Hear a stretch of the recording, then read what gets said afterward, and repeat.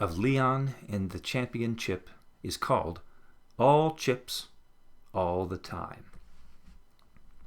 Over the next few months, Mr. Sparks had his fifth graders burning chips and boiling chips, measuring, magnifying, and mashing chips. He even had them flying chips, or more precisely, he had them flying chip bags. After an aerodynamics workshop that focused on the design of foil kites, he took his students to the park and gave them a 4-word assignment. Go fly a kite. For the following lab, he brought in an old shoebox. I played with these when I was your age, he said, giving the box a shake. He made the class guess the contents, and after a dozen wrong answers, he removed the items, one by one. A plastic nose, a hand, a foot, another hand. It's a Mr. Potato Head, Flossie Parmigiano cried out. Excellent deduction, said Mr. Sparks. Nanny got me the special anniversary edition. The special anniversary version, Antoinette Breed informed the class. How very fortunate you are, said Mr. Sparks while he took out some plastic accessories. When the shoebox was empty, Henry Lumpkin said, Hey, newsflash, Mr. Sparks. Someone swiped the head. Newsflash, Henry. Mr. Potato Head didn't come with a head when I was a kid. The toy maker expected us to supply our own. Mr. Sparks reached into his satchel and produced a very large baking potato. Observe, he said, jabbing some face parts into the spud. What do you think? He asked the class. The response was unanimous. Boring. Mr. Sparks inspected the potato head. Maybe you're right, he admitted. After careful deliberation, he applied a black wig. How's this? Now it looks like Miss Hagmeyer, said PW. The entire class cracked up, all except Flossie Parmigiano. I don't get it, she said. Neither do I, said Mr. Sparks. That's because you two weren't here last year, said Antoinette Breed. And you don't know what we know, added Thomas Warchowski. What don't we know? Flossie Parmigiano demanded. That the hag wears fake hair, hollered Henry Lumpkin. Henry, said Mr. Sparks, her name is Miss Hagmeyer, and what scientific proof do you have to back up this ridiculous hypothesis? She pulled her wig off in class, said Thomas Warchowski. All of us saw it, said Lumpkin. Talk about gruesome. It's attached with Velcro, said Antoinette Breed. 3 strips, all in a row. Well, perhaps we should forego the wig, Mr. Sparks said judiciously. Leon, PW, and Lily Matisse remained unusually quiet on the subject of Miss Hagmeyer and her removable hair. They knew what the others did not, that their 4th grade teacher had flashed her scalp in class because of the spitting image Leon had controlled. How about this, said Mr. Sparks, after adding a pipe and glasses. The whole class approved. This fellow does look thoughtful, said Mr. Sparks. Very much the scientist. We'll call him Professor Spud. What's Professor Spud supposed to be teaching us about? Asked Antoinette Breed. Rot and mold, said Mr. Sparks, as he placed the potato on the filing cabinet beside his desk. Plus, I hope the professor will help develop your skills in data collection. I want all of you to keep a photographic record of the changes he undergoes during the next few months. I don't have a camera, PW pointed out. Me neither, said Thomas Warchowski. I do, said Antoinette Breed. Nanny got me one with all sorts of special lenses. That's dandy, Antoinette, but don't bother bringing it to class. You won't need it. Why not? Ah, Mr. Sparks said with a smirk. I'm delighted you asked.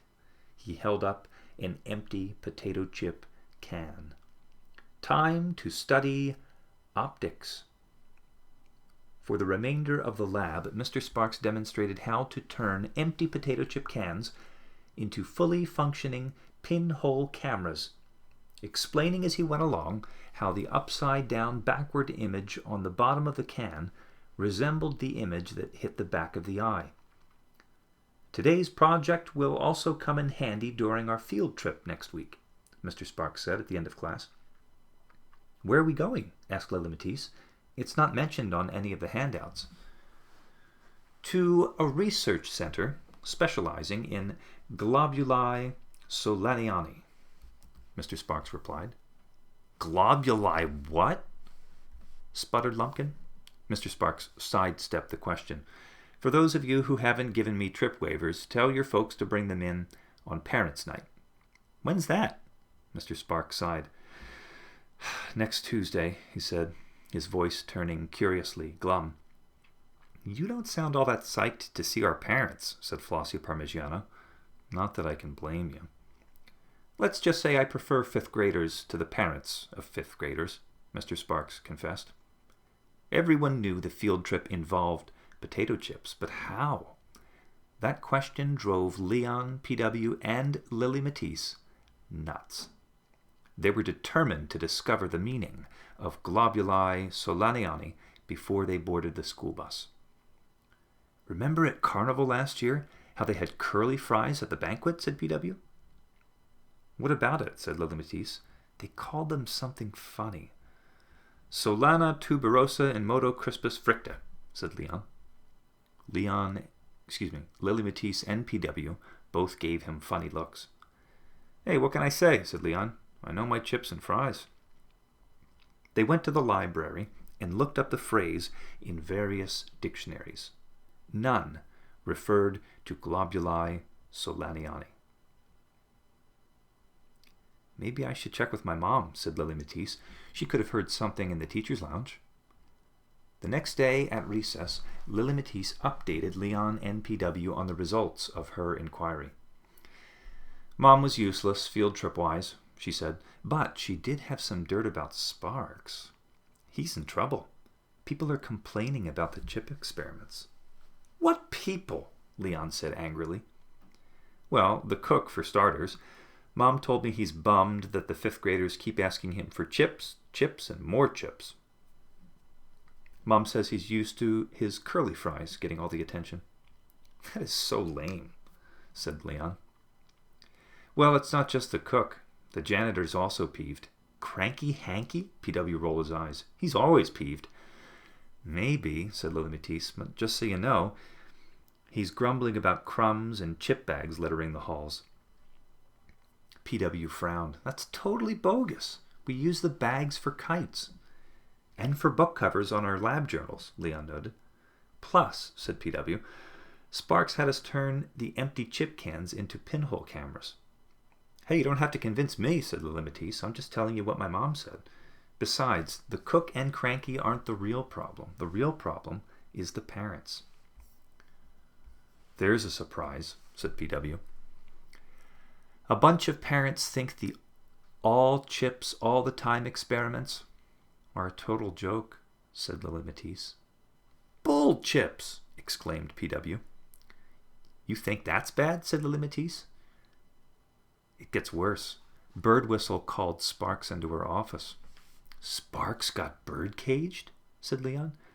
Lily Matisse nodded gravely. "Mom thinks he might be on some kind of probation. Birdwhistle will be checking out how he does during Parents' Night." "That's why he looked so miserable when he mentioned it in class," said Leon. "I feel sorry for Sparks," said PW. "Ditto," said Lily Matisse. "Double ditto," said Leon.